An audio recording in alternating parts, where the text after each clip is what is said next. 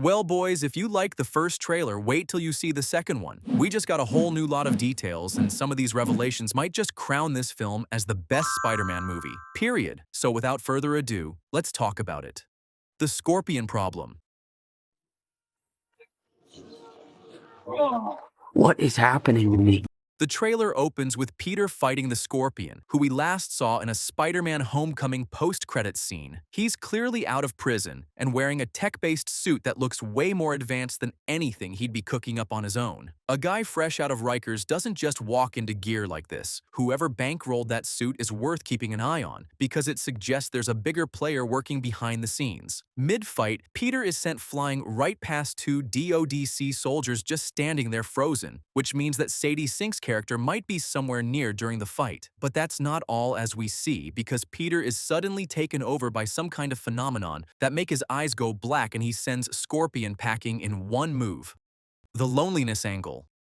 Right after that fight, we cut to Peter on his couch watching his friend Ned's social media. Ned and MJ are finishing up at MIT, while Peter is still just swinging around New York fighting street-level guys. Dad, who do you think is actually watching these? Maybe someone. Okay, well, bye, someone.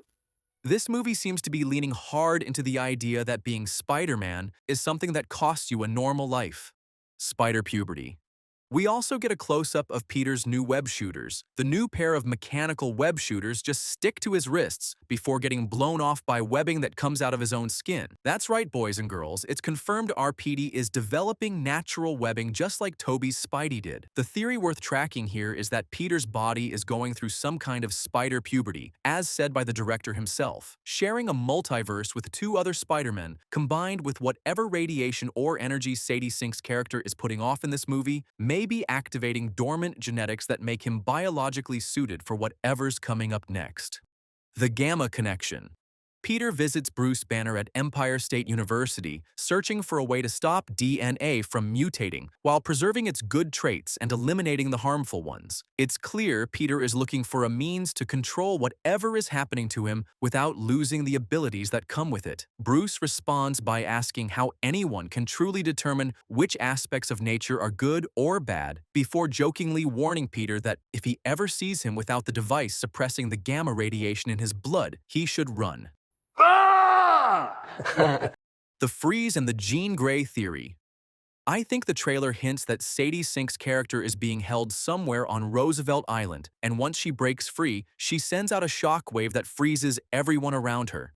You're the only one who's immune to it. Frank Castle happens to be standing in the middle of all this, and unlike everyone around him, he doesn't freeze, which makes him the first person we see who seems immune to it. It looks a lot like Charles Xavier's telepathic freeze move from the X2 movie, and it's a big part of why most people believe Sink is playing Jean Grey. But the question is why one of the most power mutants is suddenly showing up in the MCU? Well, the in-universe answer might tie back to when Wanda's powers scattered after WandaVision. Fragments of that magic may have drifted to other people and triggered latent abilities, the same way it's believed to have created the twins Billy and Tommy. Under that theory, Jean's powers could be a side effect of Wanda's magic landing on the wrong person at the wrong time. As for why Peter himself isn't affected by Jean's freeze power, the leading theory is his spider sense. In No Way Home, Peter was able to keep moving his body through pure instinct even after his astral form was pushed out of it.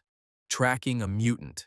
Later in the trailer, we get a shot from inside Peter's mask showing some kind of tracking display following Jean's consciousness as it jumps from person to person. So maybe this tech is picking up a gamma radiation signature tied to her power, which would suggest that mutant abilities in this universe might give off detectable gamma radiation. If that's true, then it means any government agency with the right scanner could start hunting mutants the same way Peter's suit is tracking Jean right now. There's also a smaller related thread involving MJ. She mentions turning down a job at an unnamed company because she didn't want to work somewhere soulless. Could it be Oscorp? But given how there's been zero setup for it, the evil company may be Alchemax, Horizon Labs, or Roxxon. But then again, 4 years is enough for a tech startup to boom, so it might just be Oscorp. Ned's Spider-Man manhunt. Oh, so you stumbled across my board. Ned still remembers fighting alongside Spider-Man. He just doesn't remember that Spider-Man was ever Peter. so he's built an entire wall of evidence trying to figure out who's under the mask. Meanwhile, Peter is literally standing in front of MJ under a fake name, who supposedly lives across the hall, which is a rough way to meet the girl he was in a relationship with. The threat to MJ. Jean keeps hopping between pedestrians on the street, and through one of them she taunts Peter directly, asking if he can get rid of the monster inside him before casually mentioning she might go check in on MJ. Peter then swings straight to MJ's window, telling her she's not safe and that she needs to come with him right now. She trusts him, and the two of them swing off together. Peter then drops her off with Frank, telling him he's got nowhere else to go. Aw, that's so sweet. That gives us a small MJ and Frank scene where she's giving him a hard time for letting Spider-Man go off and handle all of this alone instead of actually stepping in. Hulk's back, baby. I didn't know you could get that big. The biggest moment of the trailer is Jean's power apparently forcing Bruce Banner into full Savage Hulk, something we haven't seen since Infinity War. Peter tries to run away, but the Hulk lets out a thunderclap, sending shockwaves strong enough to blow Peter clean off his feet. The leading theory here is that Jean's powers can also drag buried personalities to the surface and cause physical changes, which would explain why her presence is enough to override Bruce's careful control and cause Peter's mutations. Peter and MJ later appeared to be working together to repair Banner's damaged wrist device, with Peter possibly using a new anti-gamma version of his webbing to actually get it to stick to Hulk's constantly shifting body. Why is Peter in a prison?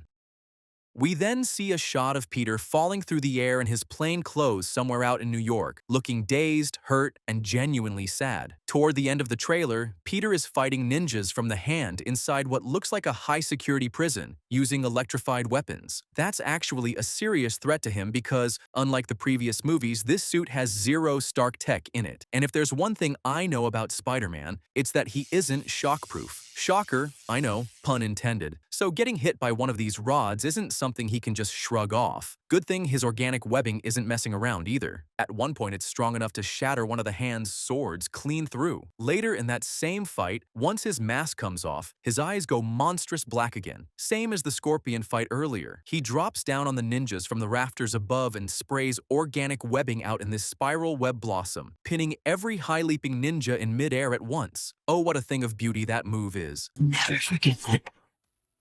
No matter how powerful it's become. The leading theory connects all this to the ending of Daredevil Born Again, which left Matt Murdock behind bars. Even though Charlie Cox has denied any involvement in this movie, the timing lines up well enough that plenty of people think Peter might be there trying to help Matt out as the Hand tries to assassinate him. But it's definitely not going to be Spidey breaking Matt out, because we know Matt is still in prison by the time Daredevil Born Again Season 3 takes place, which happens to be after Brand New Day. The final shot. The trailer closes on Spider-Man and Hulk falling from an extremely tall building, taller than anything else in the skyline, with Spidey having webbed up the Hulk with the falling debris. After the title card, we get one more clip of Peter wrestling with a prison guard, with a bit of banter about needing to stretch since he's not in high school anymore. I'm not in high school anymore. Oh.